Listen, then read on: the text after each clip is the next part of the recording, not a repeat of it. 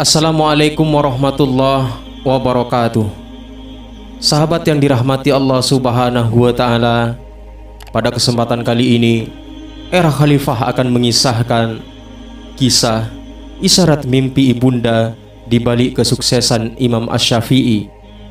Suksesnya Imam Muhammad bin Idris Asy-Syafi'i juga para imam yang lain dalam membangun peradaban intelektual dunia adalah catatan sejarah menarik yang tak boleh dilupakan. Kisah-kisah Asy-Syafi'i dalam menjalani proses kesuksesannya harus terus menggema di telinga umat, menjadi pelajaran berharga, motivasi dan dorongan untuk menciptakan perbaikan dan peningkatan kualitas intelektual kita dan generasi-generasi selanjutnya. Umat tidak boleh alpa pengetahuan bahwa kegigihan serta ketekunan Imam Asy-Syafi'i dalam menuntut ilmu seiring dengan kefakiran finansialnya yang akut. Catatan semacam ini harus tersampaikan secara benar dan objektif, sehingga masyarakat awam tak lagi menyangka bahwa sukses hanya milik orang kaya. Kesuksesan Imam Asy-Syafi'i yang sangat heroik dalam misi melepas belenggu kebodohan umat manusia ini rupanya tak lekang dari isyarat-isyarat mimpi yang menggambarkan cerah masa depan dunia di garis tangan yang telah dipersiapkan untuknya. Benar apa yang disampaikan baginda Nabi Muhammad sallallahu alaihi wasallam, bahwa kita semua selalu dipermudah oleh Allah untuk memperoleh apapun yang telah tercipta dan dipersiapkan untuk kita. Seseorang yang dipersiapkan Allah menjadi sosok kiai alim lagi karismatik tentu akan dipermudah untuk mencapainya. Namun, bukan berarti yang tidak dipersiapkan untuk itu boleh memilih berhenti belajar. Tidak, karena belajar itu sebuah keharusan, sedang menjadi kiai alim karismatik adalah pilihan Tuhan. Hanya tentang profesi dan tugas hidup yang berbeda saja.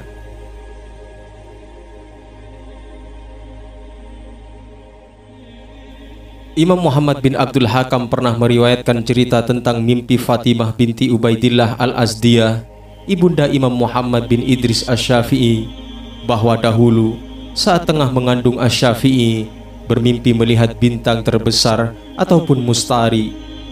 Beberapa kamus menerjemahkannya dengan planet Jupiter keluar dari perutnya. Bintang itu meluncur dan menukik jatuh di negeri Mesir.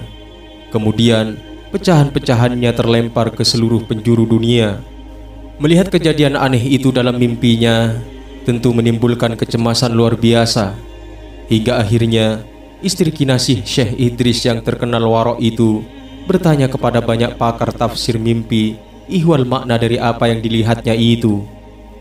Para pakar tafsir mimpi menjawab berdasarkan cerita dari Fatimah bin Ubaidillah bahwa nanti akan lahir seorang yang alim dan mulia, di mana ilmunya akan tersebar menjadi mata air segar di seluruh daerah kawasan Islam. Kendati mungkin hanya 1 atau 2 orang muslim yang tinggal di sana. Pada waktu itu, Imam Muhammad bin Idris Asy-Syafi'i bermimpi bertemu baginda Nabi Muhammad sallallahu alaihi wasallam. Entah berapa usianya waktu itu, penulis sendiri belum menemukan keterangan jelas. Yang pasti Imam Asy-Syafi'i masih berusia di bawah 15 tahun. Saat ia masih sebagai santri, rajin menghadiri banyak khalaqah intelektual. Lantaran dalam mimpinya, baginda Nabi Muhammad sallallahu alaihi wasallam menyeru dengan panggilan ghulam, panggilan untuk anak dari usia 0 hingga mendekati usia baligh. Selain juga karena Asy-Syafi'i telah menjadi mufti di usia 15 tahun itu. Dalam mimpi tersebut, baginda Nabi Muhammad sallallahu alaihi wasallam menyapa Asy-Syafi'i dan bertanya, "Ya gulam, mimman anta?" Wahai pemuda, dari keturunan mana engkau berasal? Tanya baginda Nabi Muhammad sallallahu alaihi wasallam lembut. Asy-Syafi'i menjawab, "Min rakhtika ya Rasulullah. Saya ini bagian dari kerabatmu wahai Rasulullah," jawab Asy-Syafi'i. Lalu baginda Nabi Muhammad sallallahu alaihi wasallam memerintahkannya untuk mendekat. Setelah berdiri tepat di hadapan Nabi, tiba-tiba sang insan kamil bersiap-siap untuk meludah. Asy-Syafi'i tampak mengerti apa yang dimaksud Nabi. Ia segera membuka mulut dan akhirnya ludah mulia itu membasahi lisan mulut dan bibirnya Asy-Syafi'i. Lalu baginda Nabi Muhammad SAW bersabda, "Imdi, barakallahu fik." Pergilah, semoga Allah selalu memberkatimu. Doa baginda Nabi Muhammad SAW mengakhiri percakapan. Kemudian Asy-Syafi'i pun pergi dan lalu terjaga.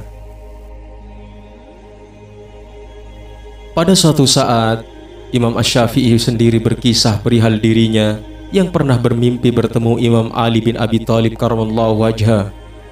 Dalam mimpinya, suami Sayyidah Fatimah ini memberi salam kepada Asy-Syafi'i dan berjabat tangan. Lalu Imam Ali melepas cincin dari jarinya dan memakaikan cincin tersebut di jari Imam Asy-Syafi'i. Karena penasaran selepas terjaga, ia bertanya kepada sang paman yang kebetulan memiliki analisa tafsir mimpi yang cukup tajam. Tanpa berpikir lama, saudara ayah Imam Asy-Syafi'i ini menjelaskan maksud dari mimpi kemenakannya itu. Ia mengatakan, makna jabat tanganmu dengan Sayyidina Ali bin Abi Thalib adalah lambang dari sebuah keselamatan. Kamu akan selamat dari siksa akhirat. Sedangkan makna saat Sayyidina Ali melepas cincinnya dan memakaikannya padamu, suatu saat namamu juga akan setenar nama Sayyidina Ali, akan terkenal dari ujung timur hingga ujung barat. Dan benar saja, hari ini dengan hitungan waktu yang telah berabad-abad, semua masyarakat muslim dipastikan mengenal Imam Asy-Syafi'i seperti mereka mengenal Sayyidina Ali bin Abi Thalib. Itu artinya mereka memiliki ketenaran yang sama. Yang paling keren, bahwa keduanya tidak hanya terkenal di bumi, tetapi juga di langit. Bahkan bisa jadi lebih terkenal di kalangan penduduk langit.